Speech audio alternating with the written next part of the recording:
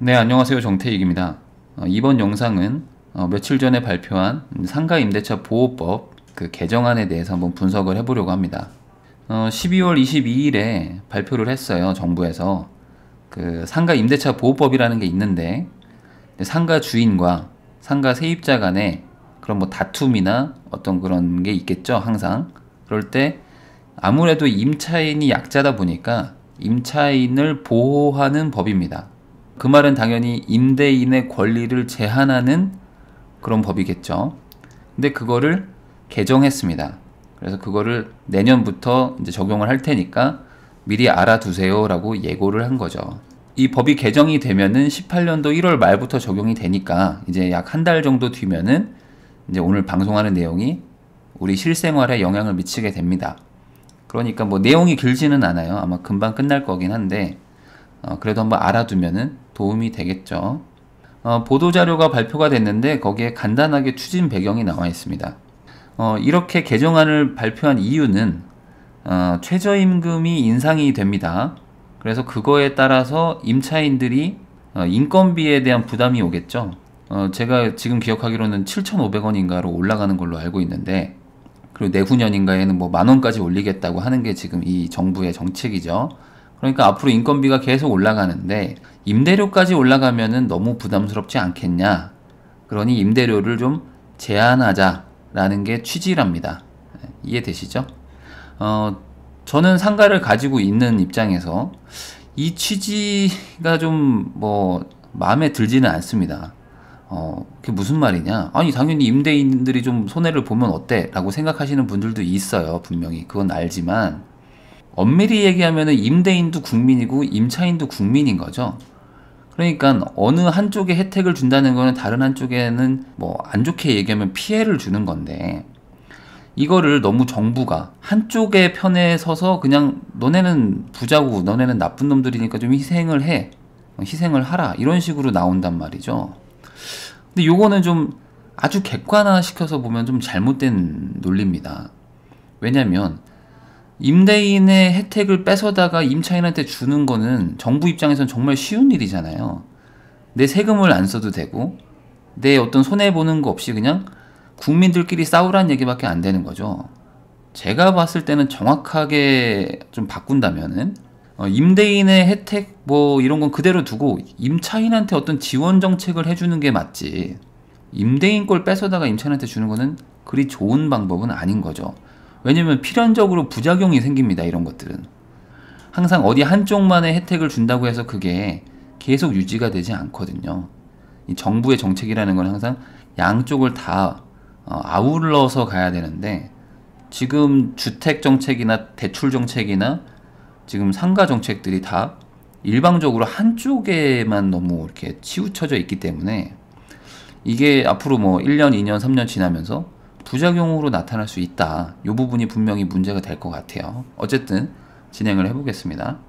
내용은 간단합니다. 기존에 상가임대차 보호법이라고 해서 임차인들을 보호해주는 법이 있었는데 이게 적용 범위가 제한이 되어 있었어요. 그래서 어떤 사람들은 보호해주고 어떤 사람들은 보호를 안 해주고 이랬었단 말이죠. 근데 그 범위를 더 확대하겠다. 더 많은 사람들을 이 보호법 안으로 끌어들이겠다는 거죠. 그러면 지금 12월 기준으로는 보호법에 해당이 안 되는 사람들도 내년 1월부터는 보호법에 해당이 되기 때문에 그런 임대인들 입장에서는 갑자기 원래는 어떤 내가 규제가 없었는데 갑자기 규제가 생겨버리는 거죠. 그리고 그렇게 적용 범위를 확대하는 거에 추가로 임대료 인상의 상한을 축소한다. 이게 또 하나의 골자입니다. 그러니까 두 가지입니다. 보호법 적용 범위를 확대하는 게 있고 임대료 인상 상한폭을 더 낮추겠다. 임대료 더 못 올리게 하겠다는 게 이 개정안의 취지라는 거죠. 그러니까 내용은 짧아요. 우선 법을 바꾼답니다. 어떻게 바꾸는가? 아까 보호법 적용 범위를 확대한다고 그랬는데 그 적용 범위라는 것은 누구는 해주고 누구는 안 해준다고 그랬죠. 그러면 기준이 있어야 되잖아요. 그 기준이 바로 환산보증금이라는 겁니다. 그럼 이 환산보증금이라는 게 왜 생겼느냐? 상가라는 거는 전세가 없고 대부분 다 월세이기 때문에 보증금도 받고 월세도 받습니다. 그러니까 이 보증금을 많이 받고 월세를 낮게 받는 사람도 있고 보증금을 조금만 받고 월세를 많이 받는 사람도 있고 막 뒤죽박죽이란 말이죠. 이게 뭔가 일정하게 비교가 안 되는 거예요. 그래서 야, 월세도 다 전세처럼 다 환산을 해가지고 어떤 하나의 금액으로 보증금화 하자. 그러면 비교가 쉽지 않냐, 이 얘기입니다. 그래서 그 환산 보증금이 이 임대차 보호법의 보호 대상의 기준이 되는데 그 액수를 올리겠다라는 것이죠. 그래서 그 환산 보증금 이하는 아주 보호를 강하게 해줍니다. 그러니 당연히 임차인 입장에서는 환산 보증금 안쪽으로 자기가 들어가면 좋겠죠. 정부에서 법으로 보호를 막 해주니까. 그런데 환산 보증금을 넘어가는 임차인들은 보호의 그 강도가 좀 약해집니다. 금액 자체가, 환산 보증금 금액 자체가 인상이 되니까 이제는 강력하게 보호받는 사람들이 더 많아지는 거죠. 그러니까 임대인들 입장에서는 규제가 더 심해진다라고 보시면 되겠습니다. 그럼 이 환산 보증금이라는 거는 어떻게 계산을 하는가? 제가 여기 적어놨지만 보증금 더하기 월세 곱하기 100입니다. 그게 환산 보증금이에요. 그러면 아주 쉽게 예를 들어서 계산하면 쉽겠죠. 자, 그러면 보증금 5천만 원에 월세를 300만 원으로 계약한 상가가 있다면 이 임차인의 환산 보증금은 얼마일까요? 요걸 계산을 해보면, 자, 5천만 원이 보증금이고 더하기 월세가 300만 원이죠. 근데 월세 곱하기 100을 해야 됩니다. 그러면 3억이 되죠. 그러면 3억 더하기 5천만 원이니까 3억 5천만 원이 이 임차인의 환산 보증금이 되는 것이죠. 보증금 1억에 월세 200만 원인 사람은 어떻게 되죠? 보증금 1억 더하기 200 곱하기 100이 되니까 다 하면 3억이 되겠죠. 그러니까 국가가 봤을 때 5천에 300만 원짜리 월세가 1억에 200만 원짜리보다 더 비싼 월세다라고 비교가 되는 겁니다. 이게 바로 환산 보증금의 역할인 것이죠. 그래서 환산 보증금의 기준이 늘어났다는 얘기는 보호 대상이 더 많아진다 라고 이해하시면 되겠습니다. 자, 그런데 이 환산 보증금은 지역마다 다 등급이 달랐어요. 왜냐하면 서울 기준으로 임차인들하고 어디 지방 소도시의 임차인들하고 당연히 매출도 다르고 임대료도 다르고 다 다르죠. 그냥 서울에서는 뭐 예를 들어 뭐 1억에 200만 원짜리가 그렇게 비싼 상가는 아닌데 어디 지방 소도시에 가면 1억에 200이면 엄청 큰 상가를 얻을 수도 있단 말이죠. 그러니까 이 보호법의 취지 자체가 약자를 보호하는 건데 그 지역의 특성상 상대적으로 부자인 임차인들까지 보호할 수는 없다. 이게 바로 취지거든요. 그래서 지역마다 다 환산보증금을 차등으로 적용을 하는데 이번에 서울이 6억 1천만 원까지 올라갑니다. 그리고 부산도 원래 과밀억제권역이 아니어서 2억 4천만 원대였는데 이제 5억으로 확 올라가는 거죠. 그리고 세종, 파주, 화성도 뭐 더 들어가고.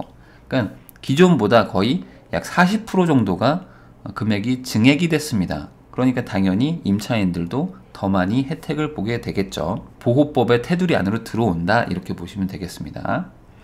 그러면 여기 들어가면 뭐가 좋은가 그걸 알아야 되겠죠.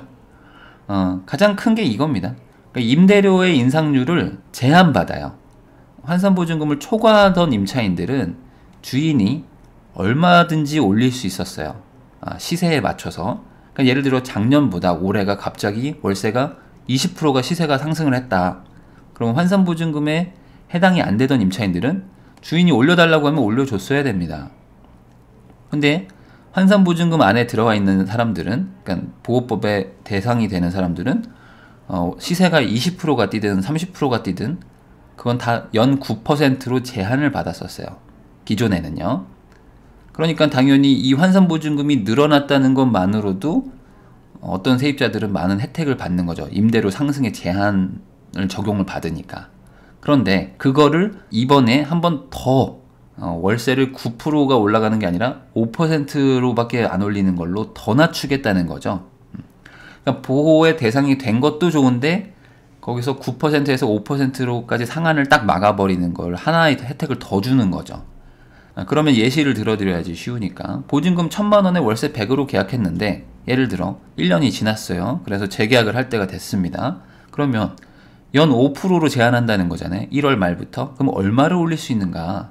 대부분 사람들이 월세를 5만원 올리는 거 아닙니까? 5%니까? 라고 생각하지만 실제로는 보증금도 5%를 올릴 수가 있어요. 그러면 보증금을 1,050만원, 월세를 105만원까지 올릴 수 있게 법에서 이제 보장한다는 거죠. 그 이상은 못 올린다. 원래는 9%여서 1,090만원에 월세 109만원까지 올릴 수 있었는데 그거를 더 낮추겠다는 거죠.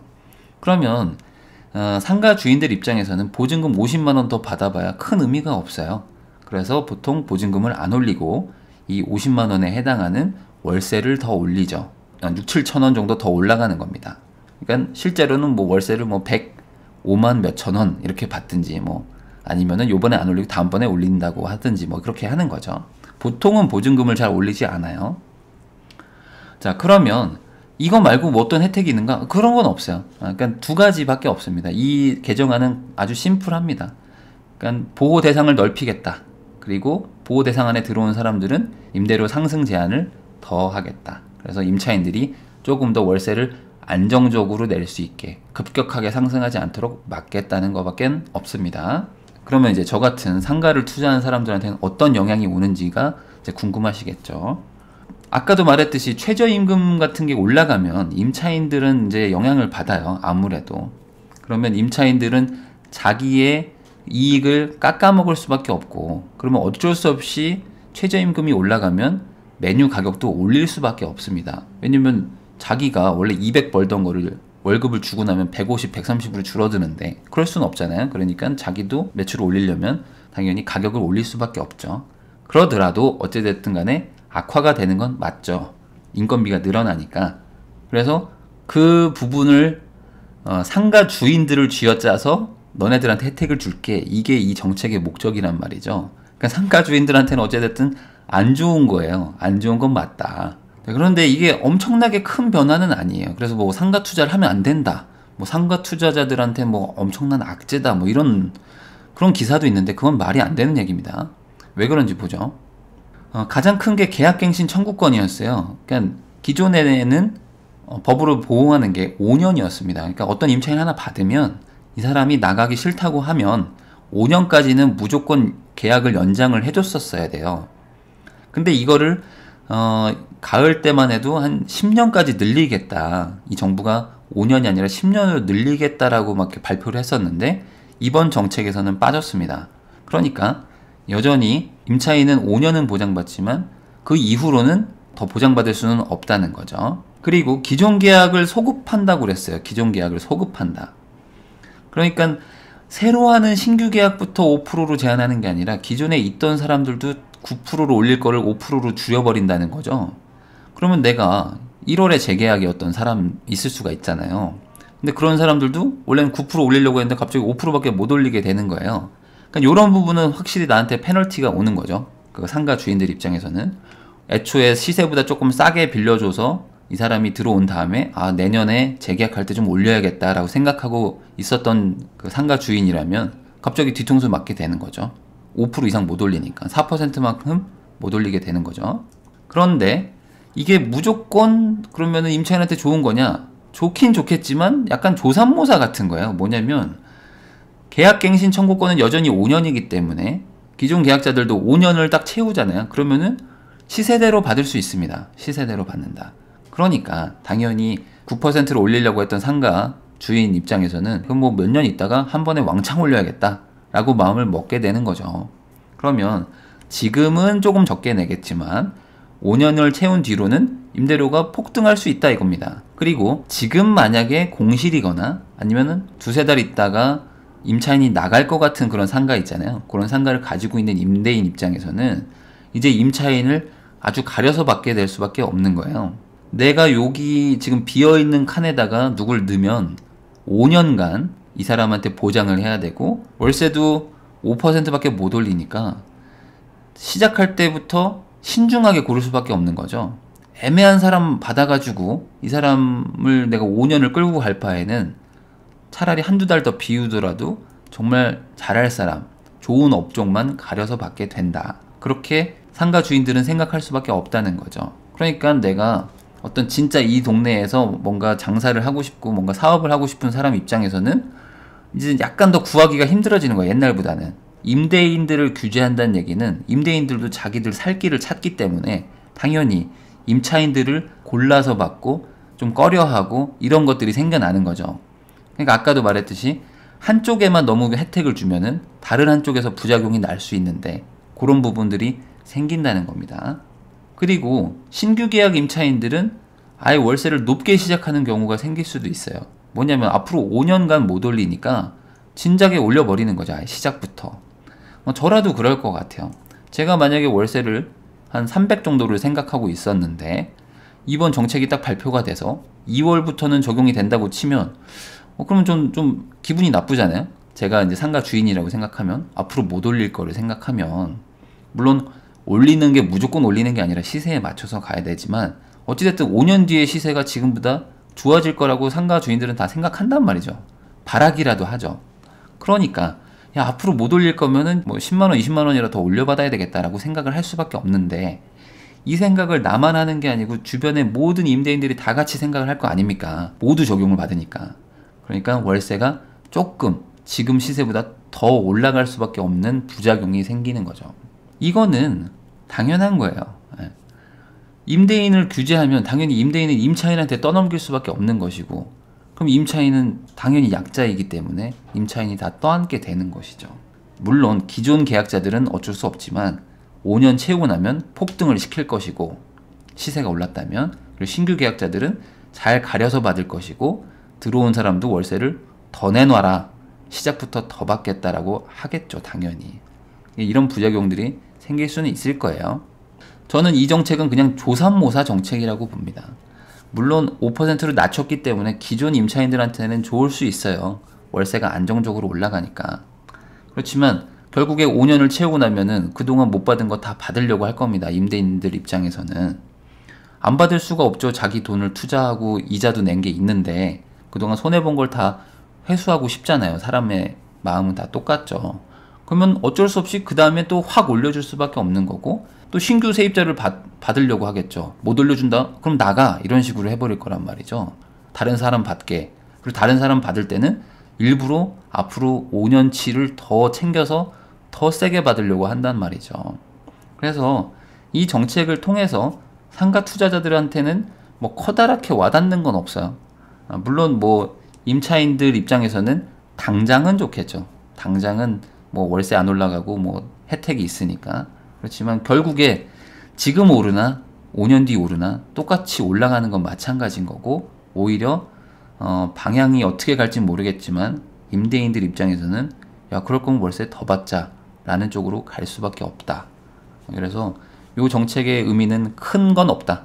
크게 뭐 받아들이실 건 없고요. 상가 투자자들 입장에서도 뭐 크게 뭐 와닿는 건 아니고 그냥 조금 더 불편해졌다. 조금 더 당장 벌지 못하지만 나중에 벌 수 있겠지 라는 정도 수준이라고 보시면 될 것 같아요. 뭐 상가를 가지고 계신 분이나 아니면 앞으로 상가 투자를 생각하시는 분들은 이 정책에 너무 크게 의미를 두지 않으시면 될 것 같다. 이 정도로 정리를 할 수 있을 것 같습니다. 자, 그러면 이걸로 방송을 마치고요. 지금까지 상가임대차 보호법 개정안에 대해서 한번 알아봤습니다. 들어주셔서 감사하고요. 지금까지 정태익이었습니다.